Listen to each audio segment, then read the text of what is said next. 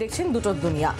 বন্ধ হোক বাংলাদেশ থেকে মাছের আমদানি, ভারতে পর্যাপ্ত মাছ উৎপাদন হয় দাবি Indo Bangla hilsa export import অ্যাসোসিয়েশনের সভাপতি।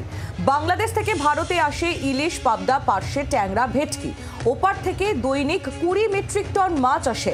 ভারত থেকে বাংলাদেশে যায় রুই, কাতলা, বোয়াল সহ কিছু সামুদ্রিক মাছ। বর্ডার সিল হলে বাংলাদেশের ক্ষতি, দাবি অতুল চন্দ্র দাসের।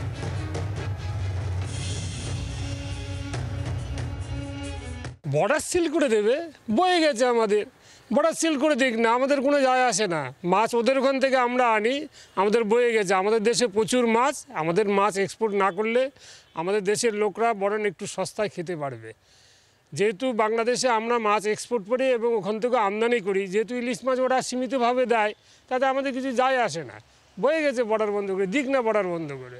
এটা ঠিক কাজ করছে না ওরা। যদি দুই দেশের মধ্যে সরকার আসে যায় পাল্টায়, কিন্তু বাণিজ্যিক সম্পর্কটা ঠিক থাকা উচিত।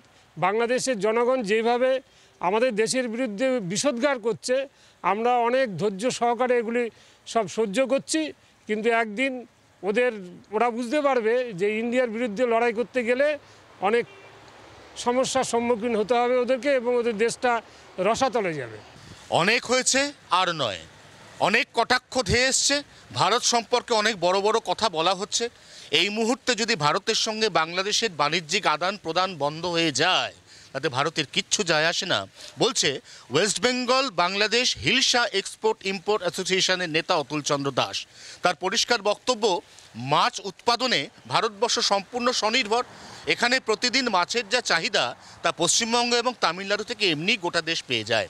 বাংলাদেশ থেকে ভারতবর্ষে যে মাছ আসে, সেই মাছ আসা যদি বন্ধ হয়ে যায়, তাহলে ভারতের কিচ্ছু আসবে যাবে না, উল্টে ক্ষতি হবে বাংলাদেশের। কারণ বিপুল পরিমাণ ভারতীয় টাকা, যা বাংলাদেশি অর্থনীতির অন্যতম চালিকা শক্তি, সেটা বন্ধ হয়ে যাবে এবং বাংলাদেশের ব্যবসায়ীদের মাথায় হাত পড়ে যাবে। 24 ঘন্টার জন্য ক্যামেরায় নবীনের সঙ্গে অয়ন, কলকাতা। বাংলার আওয়াজ, বাঙালির আবেগ, জি 24 ঘন্টা।